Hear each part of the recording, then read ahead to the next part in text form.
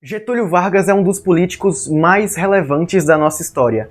Tanto é que existe o Brasil antes e depois de Vargas, já que seu impacto foi tão grande que representou um divisor de águas na história do nosso país. Mas antes de eu me aprofundar na figura dele, precisamos entender como estava o Brasil na época.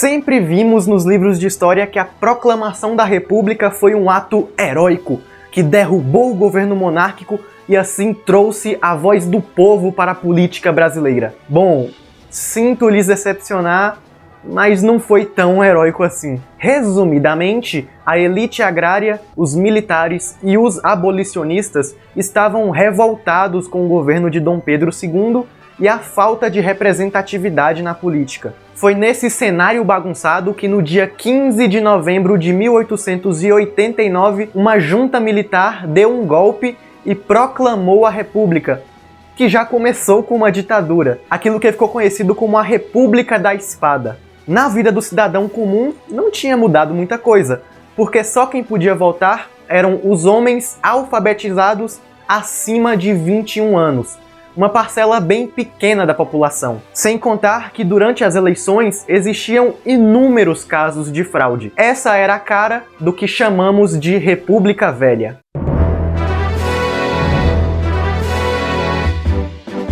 Alguns nomes vêm à nossa mente quando falamos de República Velha, e muitas práticas dessa república nos ajudam a entender o porquê dela ser tão ultrapassada a ponto de receber o adjetivo velha. Esses nomes que vêm à nossa mente são, principalmente, o coronelismo, a política dos governadores e a tão famosa política do café com leite. Indo de um por um, o coronelismo era uma prática em que os proprietários das grandes fazendas controlavam os votos das pessoas que moravam no interior. O voto não era secreto, e esses coronéis usavam disso para fiscalizar seus eleitores, garantindo assim que o político que eles escolhessem fosse eleito, o famoso voto de cabresto. Já a política dos governadores era um acordo entre o governo federal e os governos dos estados para que assim eles trocassem votos e aquilo que eles tivessem interesse fosse aprovado no Congresso. Grande parte desses governadores vinham da elite agrária. Agora, o mais importante de todos, política do café com leite. Era um acordo entre paulistas e mineiros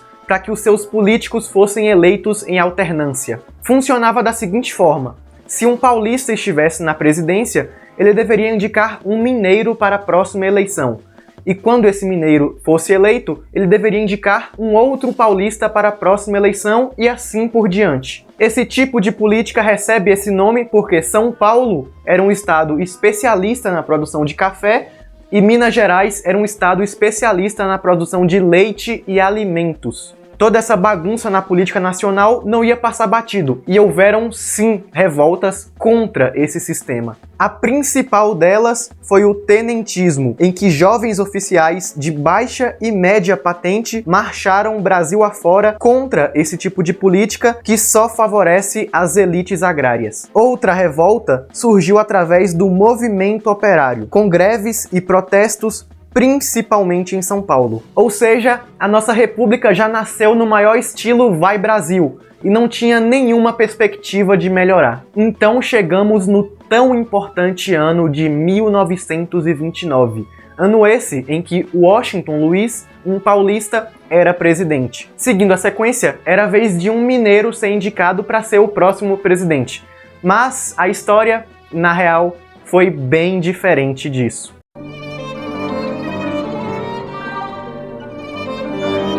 Washington Luiz indica Júlio Prestes, outro paulista, para ser o próximo presidente.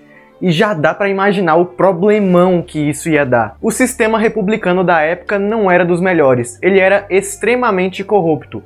E apenas uma peça diferente do comum nesse jogo de xadrez iria mudar tudo. Essa peça era um cara chamado Getúlio Dornelles Vargas, que vinha ganhando cada vez mais fama na política. Após a indicação de Júlio Prestes, mineiros, gaúchos e paraibanos montam a Aliança Liberal para lançar Getúlio Vargas como oposição. Getúlio, embora nunca tivesse se candidatado para a presidência, já carregava muita experiência, pois já tinha sido deputado estadual, federal e governador do Rio Grande do Sul, e já sabia muito bem como se portar como um político. A campanha da Aliança Liberal foi massiva. Vargas percorreu diversos comícios ao redor do país. Um dos feitos mais marcantes dessa campanha foi a leitura do seu plano de governo no Rio de Janeiro, no dia 2 de janeiro de 1930, para um público estimado de 100 mil pessoas. Com toda essa campanha, você já deve imaginar qual foi o resultado final. Júlio Prestes foi eleito. Pois é, embora Vargas tivesse o gosto do povo, ele não conseguiu se eleger. Inúmeras fontes afirmam que essa eleição foi fraudada, mas independente de como aconteceu, o resultado final foi que Vargas alcançou os 740 mil votos, enquanto Júlio Prestes ultrapassou os 1 milhão de votos, sendo assim eleito em 1930.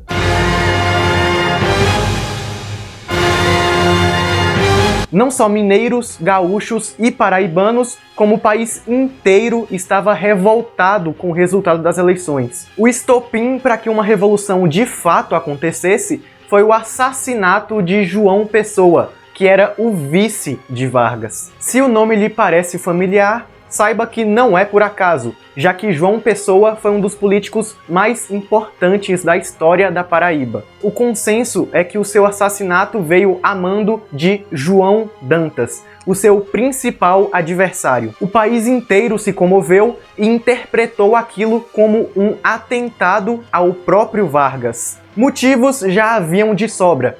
E em outubro de 1930, Getúlio Vargas se juntou a 3 mil soldados para começarem a marchar até o Palácio do Catete, que era a casa do presidente na época, e assim tirarem ele à força. Eles começaram a marchar, chegaram até o Rio de Janeiro, e quando uma guerra civil estava prestes a começar, eles encontraram a cadeira do presidente vazia. Acontece que o presidente já havia sido deposto antes mesmo de Getúlio e sua tropa chegarem para dar um golpe de Estado. E como a cadeira do presidente estava vazia, decidiram entregar o Brasil na mão daquele que sabiam que conseguiria resolver toda aquela bagunça, o próprio Vargas, iniciando então um governo provisório.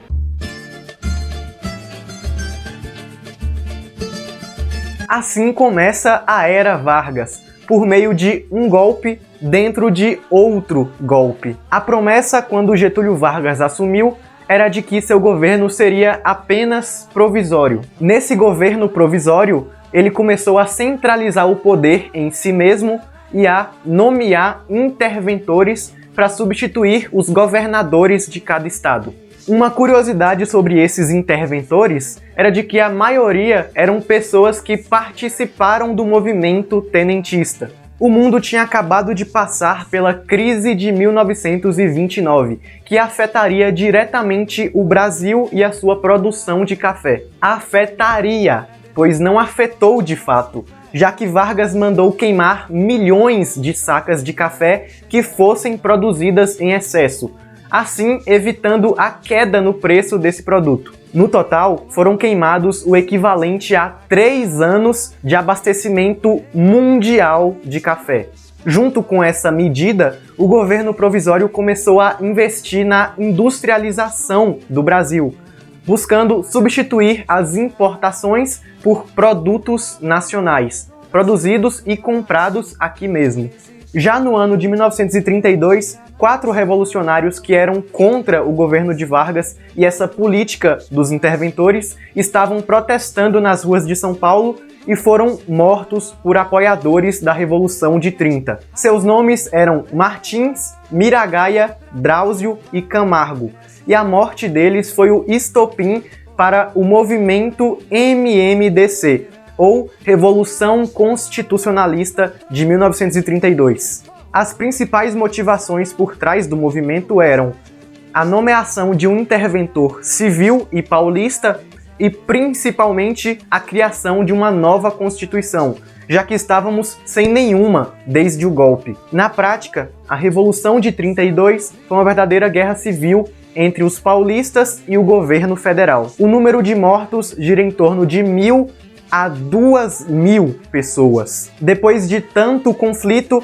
Vargas finalmente cedeu e escreveu uma Constituição em 1934. O que é mais engraçado sobre essa Constituição é a total contradição, já que, dentre muitas coisas, ela garantia o voto secreto para pessoas alfabetizadas acima de 18 anos. Vejam que dessa vez eu falei pessoas, pois as mulheres finalmente estavam incluídas na política. É contraditório, pois após a Constituição ser aprovada, Vargas marca eleições indiretas e é eleito para mais um mandato.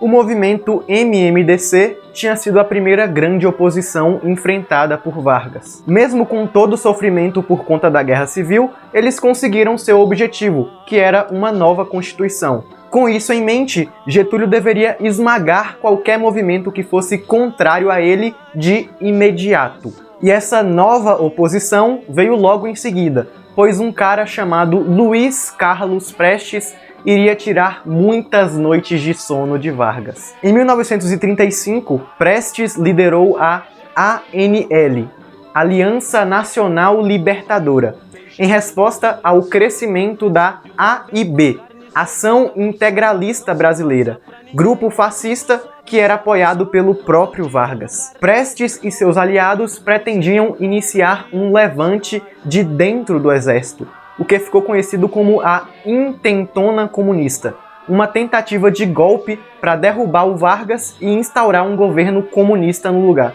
Rapidamente, Getúlio acabou com esse movimento, prendeu os envolvidos e, através da Lei de Segurança Nacional, mandou fechar a ANL. Nessa altura do campeonato, o poder de Vargas já permitia que ele simplesmente banisse partidos e organizações que fossem contra o seu governo. Um dos atos mais bizarros de tirania foi que um desses presos era a Olga Benário, esposa de Luiz Carlos Prestes, que era judia e estava grávida naquele momento. Como punição, o governo enviou ela para os soldados da Alemanha nazista em 1936. 6 anos depois, ela morreu em uma câmara de gás de um campo de extermínio. O poder de Vargas praticamente já era de um ditador, mas, segundo a Constituição que ele mesmo tinha escrito, eleições diretas estavam previstas para o ano de 1938. Mas eu não estou falando da história de um simples político para vocês. Eu estou falando sobre ninguém mais, ninguém menos que Getúlio Vargas, um estrategista por essência. E é óbvio que ele não queria deixar a presidência. No ano de 1937, o Plantão da Globo estoura na mídia um plano arquitetado pelos comunistas com sequestros e assassinatos para derrubar o governo de Vargas, aquele que ficou conhecido como Plano Cohen. Seria realmente ameaçador um plano daquela magnitude? Seria, já que esse suposto plano era falso e foi escrito por Olímpio Mourão Filho, um homem próximo de Vargas. Com essa, que é a maior fake news da nossa história, Vargas dá outro golpe, fechando o Congresso e escrevendo uma nova Constituição para assim evitar que esses supostos comunistas tomem o poder. Esse golpe ficou conhecido como o golpe do Estado Novo, e é a partir daí que a ditadura começa de fato.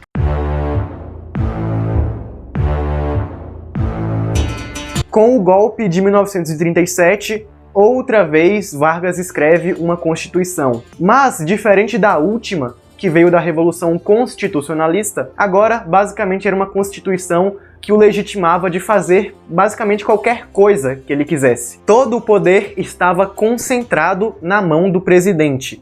Essa Constituição recebeu o nome de A Polaca, justamente porque foi inspirada na Constituição Linha Dura da Polônia. O Estado Novo, inegavelmente, tinha muitos traços fascistas. E uma das medidas que o governo já tomou de imediato foi a criação do DIP, Departamento de Imprensa e Propaganda, que servia para censurar todo tipo de mídia. indo de jornais e rádio e até mesmo as músicas populares, e também para criar as famosas propagandas varguistas. O primeiro ato emblemático de Vargas no Estado Novo foi o de mandar queimar todas as bandeiras dos estados em praça pública, para assim passar a mensagem de que o Brasil era uma coisa só, e não o conglomerado dos 26 estados. E a ideia de um país que tivesse uma única bandeira, que representaria todo o seu território. Juntamente com isso,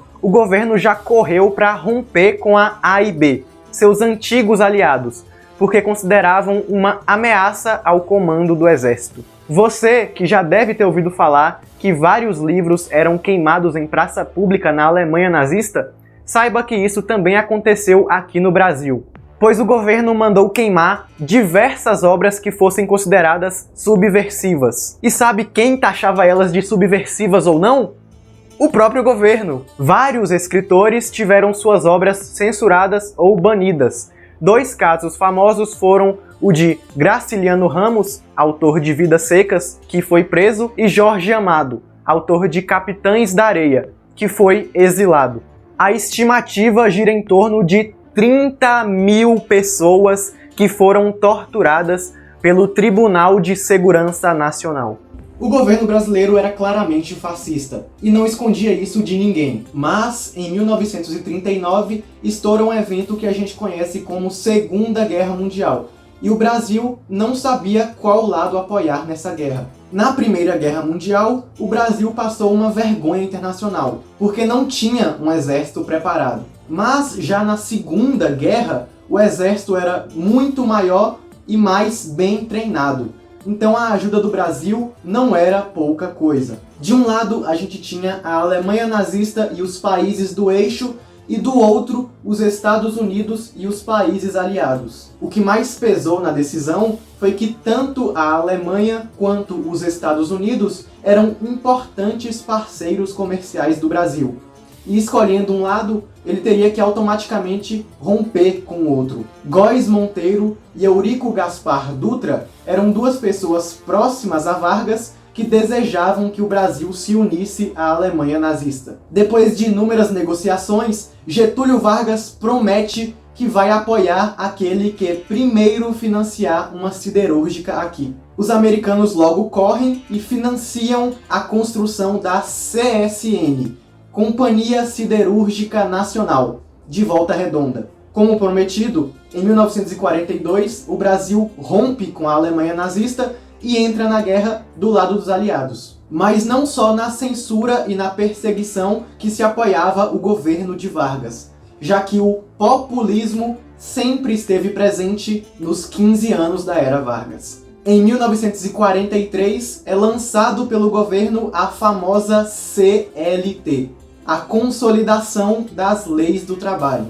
que dentre suas medidas dava ao trabalhador brasileiro uma jornada de 8 horas de trabalho, salário mínimo, férias remuneradas, regulamentação no trabalho das mulheres, menores de idade e trabalho noturno, previdência social e descanso semanal. Foi a partir disso que ele ganhou o famoso apelido de O Pai dos Pobres. Mas não podemos esquecer do outro lado da moeda, pois, ao mesmo tempo, ele também era a mãe dos ricos, já que cedia diversos benefícios aos banqueiros e grandes empresários. Com o Estado Novo, houve muito mais investimento na indústria, no trabalhador e nos meios de comunicação. O bordão mais famoso da época era "Trabalhadores do meu Brasil", que Getúlio usava tanto no programa de rádio A Voz do Brasil, quanto antes de começar os seus discursos,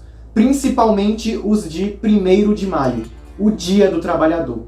Enfim, em 1945, a Segunda Guerra Mundial acaba, e o Brasil entra em uma espécie de crise de identidade, pois seu exército tinha viajado até a Europa para lutar contra governos fascistas e autoritários, sendo que, em seu próprio território, um governo fascista e autoritário acontecia. No mesmo ano do fim da Segunda Guerra, os mesmos militares que ajudaram Vargas no passado a dar os golpes, agora dão um golpe para derrubá-lo, assim dando fim à Era Vargas em 1945.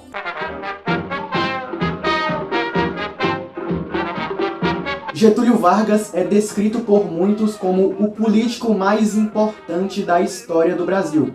E não é para menos. Na Era Vargas tivemos um grande avanço na nossa industrialização, o Brasil se tornou cada vez mais importante na geopolítica mundial e o trabalhador pôde finalmente ter os seus direitos. Direitos esses que existem e são usados até hoje, já representando uma consequência direta da Era Vargas nas nossas vidas. Ainda em 1946, Vargas foi eleito para o Senado e apenas 4 anos depois, em 1950, foi eleito diretamente para presidente. Então, certamente era um político amado pelo povo. Espero que com esse vídeo vocês tenham entendido como foi a Era Vargas e quais os impactos das ações de um político que depois foi sair da vida para entrar na história. Até a próxima, pessoal! Eu já botei o meu, não vais botar, já enfeitei o meu, vais enfeitar o sorriso do velhinho, faz a gente se animar, o sorriso do velhinho, faz a gente se animar.